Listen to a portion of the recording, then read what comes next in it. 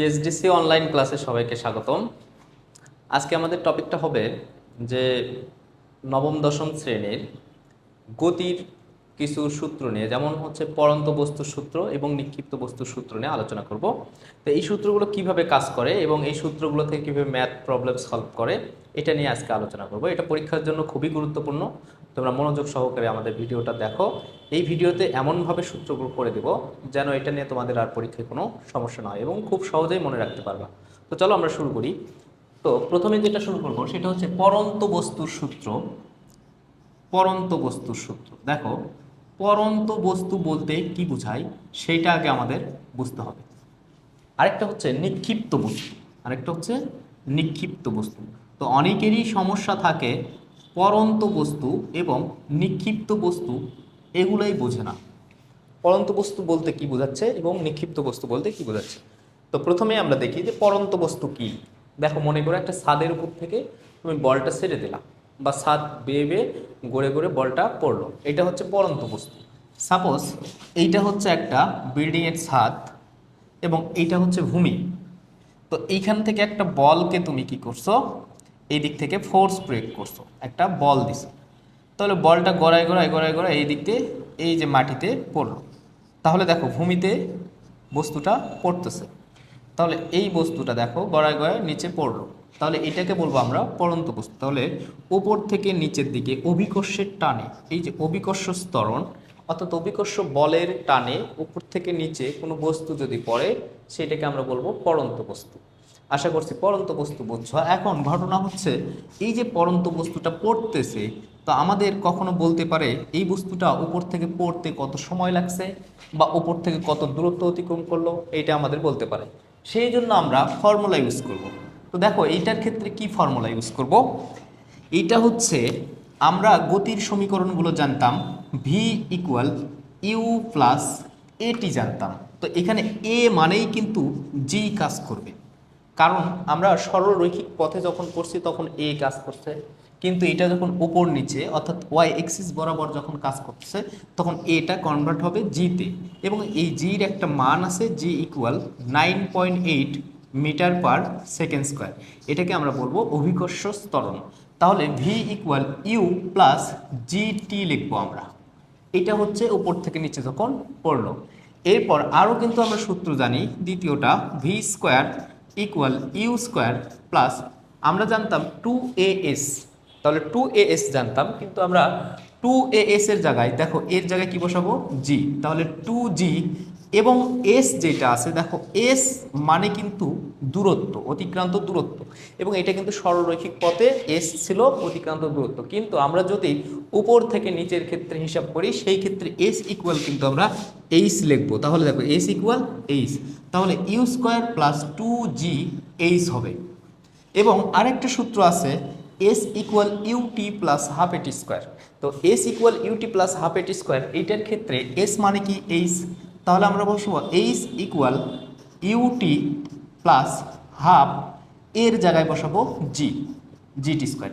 এই তিনটা ফর্মুলা আমরা শিখলাম, এগুলো হচ্ছে পড়ন্ত বস্তুর সূত্র। তাহলে পড়ন্ত বস্তু দেখো, পড়ন্ত বস্তু এখানে তোমাদের একটা লক্ষ্য রাখতে হবে যে পড়ন্ত বস্তুর সূত্রগুলো যে ইউজ করতেছি এই ক্ষেত্রে আমরা দেখো প্রত্যেকটা ক্ষেত্রে কিন্তু মাঝখানে আমরা প্লাস দিচ্ছি, প্রত্যেকটা ক্ষেত্রে মাঝখানে প্লাস দিচ্ছি। এটাই হচ্ছে মেইন জিনিস যে পড়ন্ত বস্তুর ক্ষেত্রে অবশ্যই কি হবে, জিটা পজিটিভ, জিটা পজিটিভ। এখন দেখো এই জি পজিটিভ এবং আমরা কিন্তু এস কে রিপ্লেস করলাম এইচ দিয়ে আর এ কে রিপ্লেস করলাম জি দিয়ে। তো আমরা জি যেহেতু পজিটিভ এই জন্য এই খাতে পজিটিভ দিলাম।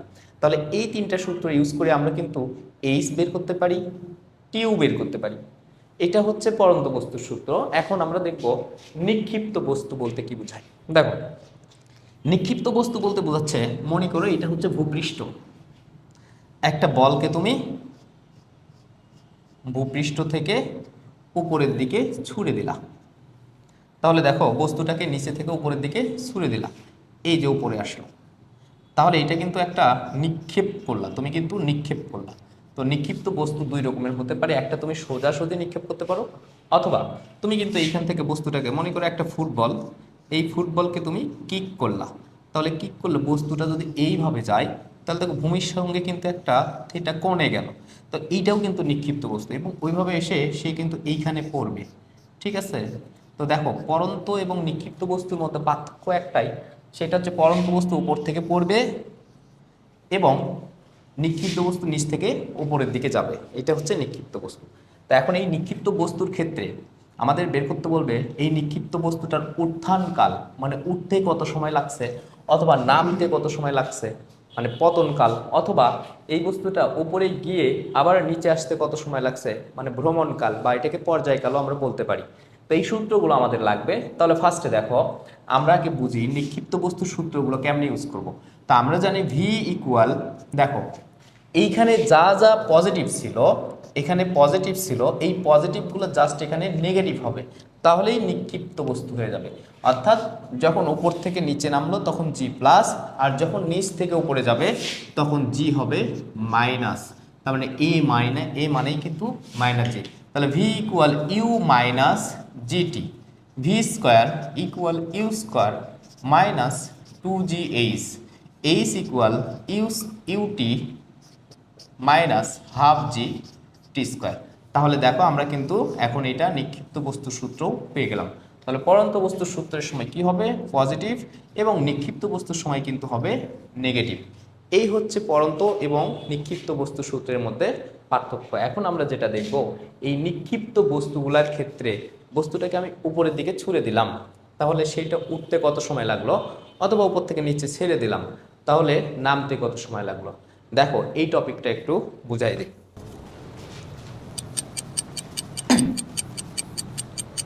এবার দেখো একটা বস্তুকে, মনে করো একটা বস্তুকে আমরা নিচে থেকে উপরের দিকে ছুঁড়ে দিলাম, এইখানে আসছে, তাহলে এটা অবশ্যই নিক্ষিপ্ত বস্তু। তো এই নিক্ষিপ্ত বস্তুর ক্ষেত্রে আমাদের বলছে উত্থানকাল কত, উত্থানকাল, উত্থানকাল, পতনকাল,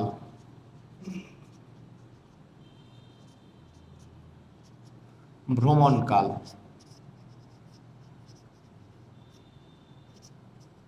সর্বোচ্চ উচ্চতা। এগুলো আমাদের বের করতে হবে। তাহলে উত্থানকাল, পতনকাল, ভ্রমণকাল, সর্বোচ্চ উচ্চতা। এখন দেখো বস্তুটাকে অবশ্যই একটা নির্দিষ্ট বেগে উপরের দিকে নিক্ষেপ করতেছো, তাহলে এটা হচ্ছে ইউ বেগ, এবং এই বস্তুটা সর্বোচ্চ উচ্চতায় গেছে। মনে করো একটা বস্তুকে আমি, ধরো এই বস্তুকে এইভাবে ছেড়ে দিলাম, তাহলে আবার আমার হাতে আসতেছে, তাহলে সর্বোচ্চ কতটুকু, একটা নির্দিষ্ট, আমি যত জোরে মারতেছি তত জোরে কিন্তু যাচ্ছে, তাহলে সর্বোচ্চ একটা বিন্দুতে যাচ্ছে, যায় সেখানে বেগ 0 হচ্ছে, তারপর কিন্তু আবার আমার হাতে আসতেছে। তাহলে এইটা আমি ধরে নিলাম সর্বোচ্চ উচ্চতা, এই বস্তুটার সর্বোচ্চ উচ্চতা, অর্থাৎ এই ম্যাক্সিমাম। তাহলে সর্বোচ্চ উচ্চতায় এখানে বেগ কিন্তু হবে 0, বেগ হবে 0। আমরা এখন এখান থেকে এই সর্বোচ্চ উচ্চতা কত এইটা বের করব, এইটুকু উঠতে সময় কত লাগছে, তাহলে প্রথমে দেখি সময় কত লাগছে, উত্থানকাল মানে উঠতে সময় কত লাগছে। তাহলে আমরা একটা সূত্র জানি, ভি ইকুয়াল, দেখো উপরে যাচ্ছে তাহলে অবশ্যই মাইনাস জি কাজ করবে, ইউ মাইনাস জিটি, এবং সর্বোচ্চ উচ্চতায় বেগের মান কত, 0, তাহলে এখানে 0 বসাও, ইউ মাইনাস জিটি, তাহলে এটা এই পাশে নিয়ে আসো, জিটি ইকুয়াল ইউ, অতএব আমরা কিন্তু পাই টি ইকুয়াল ইউ ডিভাইডেড জি। দেখো আমরা কিন্তু একটা সূত্র পেয়ে গেলাম, তার মানে এটা হচ্ছে উত্থানকাল। তাহলে উত্থানকালের সূত্র হচ্ছে, উত্থানকালের সূত্র টি ইকুয়াল ইউ ডিভাইডেড জি। এইটা যদি উত্থানকাল হয় তাহলে পতনকালও ওইটাই হবে, ইউ ডিভাইডেড জি। তাহলে দেখো উঠতে সময় লাগছে ইউ ডিভাইডেড জি, নামতেও সময় লাগছে ইউ ডিভাইডেড জি। তাহলে এইটাকে আমি ধরলাম T1, এটাকে ধরলাম T2। তাহলে এই T1 এবং T2 দুইটা যদি আমি যোগ করি তাহলে কিন্তু বড় টি পাবো। তাহলে T1 প্লাস T2 মানে যাওয়া এবং আসার যে সময়টা, এই দুইটা যোগ করলে যেটা পাবো সেটা হচ্ছে ভ্রমণকাল বা পর্যায়কাল। দেখো T1 কত, T1 হচ্ছে ইউ ডিভাইডেড জি, এবং T2 কিন্তু ইউ ডিভাইডেড জি, দুইটা যোগ করলে আমি পাই 2u ডিভাইডেড জি। দেখো এইটাকে বলছে পর্যায়কাল। তাহলে পর্যায়কাল কিন্তু আমরা পেয়ে গেলাম যে ভ্রমণকাল বা পর্যায়কাল, এটা হচ্ছে টি ইকুয়াল 2u ডিভাইডেড জি। দেখো 3টা সূত্র কিন্তু আমরা ডেভেলপ করে ফেলছি, আর একটা সূত্র আছে সেটা হচ্ছে সর্বোচ্চ উচ্চতা কত। তাহলে এই সর্বোচ্চ উচ্চতা আমরা পরিমাপ করব কিভাবে, দেখি সর্বোচ্চ উচ্চতা কেমনে করা যায়। তাহলে অবশ্যই আমাদের উচ্চতার সূত্র ব্যবহার করতে হবে। দেখো আমরা আরেকটা সূত্র জানি V square equal U square minus 2gh। তা আমরা দেখো এখানে ভির মান কত, দেখো সর্বোচ্চ উচ্চতায় 0, 0 equal U square minus 2g, এইচের জায়গায় আমরা এইচ ম্যাক্স লিখবো, মানে সর্বোচ্চ উচ্চতা ব্যবহার করতেছি।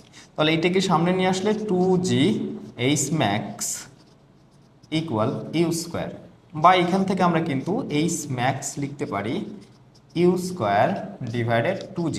দেখো ফর্মুলা ডেভেলপ হয়ে গেছে, তার মানে কি H max equal U square divided 2g। তাহলে আমরা এখান থেকে এইচ ম্যাক্সিমাম বা সর্বোচ্চ উচ্চতা equal to U square divided 2g।